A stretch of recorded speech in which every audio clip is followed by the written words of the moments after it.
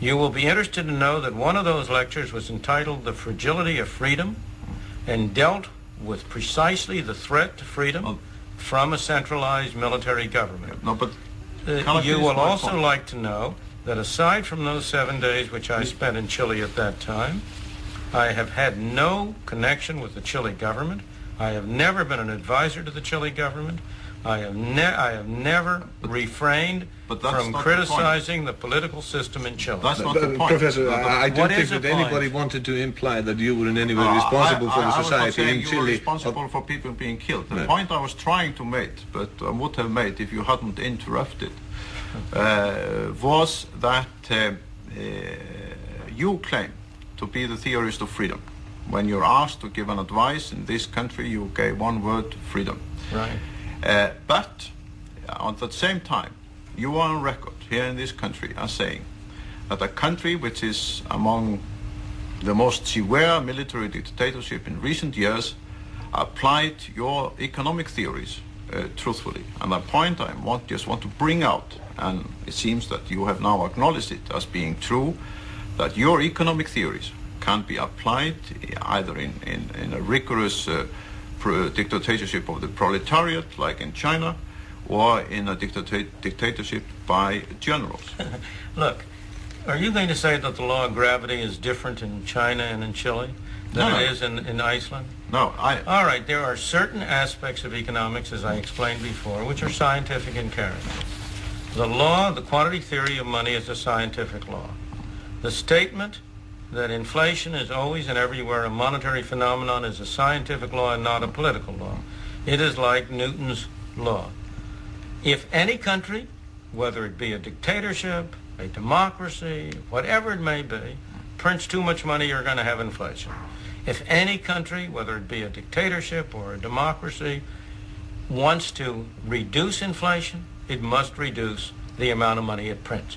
Now, those are scientific laws. They have no political content, as I was explaining to you before. You can, whatever your political views are, look, I don't understand you. Are you saying that if you have certain political views, you should only use one kind of physics? No, I'm just saying that there is, in the presentation of your views, no clear dividing line, as I think has become apparent in your replies to the previous questions. No clear dividing line between your general political theories and what you call your economic theories. There is not a clear box of your economic theories and not a clear box for your political theories. And that is why I think many of the profit-making forces, the big business side, those who want to advocate less taxes so they have more money, have, if I may say so in all politeness, taken you on as a guru because they find this kind of mixture very convenient for them to propagate their own political theories and give it a kind of semi-scientific gloss. I take it you think the automobile companies have approved my opposition to import quotas from Japan. I take it you think that the steel companies have approved my writings protesting vigorously against imposing tariffs on steel. You are quite wrong about big business taking me as a guru. When I say what they believe in, yes. When I say what they don't believe in, no. Now, let me go back to your fundamental question. And let's see if we can make a little order out of it. Every political question has several elements. One element is what objectives do you want to achieve? That's a value question. That's not scientific. That's a question of values. The second question is, what means do you use to achieve those objectives? Now, that's a scientific question. The question of whether, if you do such and such, it will have such and such effects is a scientific question. There are no pure, in your sense, there are no pure political questions that don't involve scientific issues. The question of whether you would like to travel, let's say if you're in the United States, whether you'd like to travel to New York, Chicago, that's a value question. The question of whether, in order to travel to New York or Chicago, you have to take a train or an airplane, that's a scientific question. So, of course, there cannot possibly be a complete separation between scientific questions here. The physicists who worked on the atomic bomb were applying scientific methods. The decision to use a scientific bomb was a political question. But that whole issue was a mixture of political and scientific issues. What I am trying to say is that certain parts of my work have been concerned with the scientific issue of what will be the consequences of doing certain things. Now, where I get political is when I come to the question of what do you want to do those things for? What is your objective? Look, if you want to produce inflation, as a scientist, I can tell you how to do it. From a policy point of view, I'll say you're making a mistake. It's a terrible thing to do. Don't produce inflation. Can I then just ask you one question on that? I mean, what would you say about fixed exchange rates? About fixed exchange rates? Yes, and their effects on inflation. I am opposed in general. As you know, I believe fixed exchange rates have had on the whole a very bad effect. So far as inflation is concerned, in the case of fixed exchange rates, so long as the exchange rates are fixed, any one country which inflates tends to export part of its inflation to other countries. And the inflation tends to occur throughout the fixed exchange rate regime. If a country does not have fixed exchange rates, if it has floating exchange rates, it is possible for one country to inflate while another country keeps stable prices. It was perfectly possible in the late 70s and 80s for Japan to have relatively low inflation, while the United States had fairly high inflation, while Israel had much higher inflation still. So that the difference between fixed and flexible exchange rates is that under a system of floating exchange rates, each country separately can control inflation within its own boundaries. Under a system of fixed exchange rates, it's a fixed exchange rate area. You don't think inflation can be kept down by maintaining fixed exchange rates? No. And not by increasing the supply of money? Excuse me. Inflation can be contained by not increasing the supply of money. If you have fixed... No, but I said by increasing it.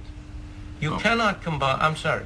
If you have fixed exchange rates, you cannot also control the quantity of money. If you really stick to fixed exchange rates, you know, Keynes, in his famous book on monetary reform, published in 1923, pointed out in an appendix that you could have either stable exchange rates, either control over your exchange rates, or control over your internal price level and money supply. You could not have both. Well, I'm very glad you said that, because on that point I agree with you completely. I'm glad I have some point of agreement. I think and it has been one of my main criticism of the economic policies of the present government, that they are exactly based on these things which you have just said will not work in order to keep inflation down. Mr. Grímsson, as distinguished member of the opposition, is trying for an indictment. No, we have had a great debate in this country about this. What will keep inflation down is holding down the rate of monetary growth. If you hold down the rate of monetary growth, you will have relatively stable exchange rates. What has been happening in Iceland is that the rate of monetary growth is not controlled, but it is increasing all the time, while the rate of inflation is going down. The exchange rate is kept fixed to the US dollar. Now, what Grímsson is pointing out is that this policy cannot be is not the cure of inflation. Unless the quantity of money, rate of monetary growth is held down. Okay. My understanding is that the rate of monetary growth has been reduced greatly. Well, you've been partly informed, sir.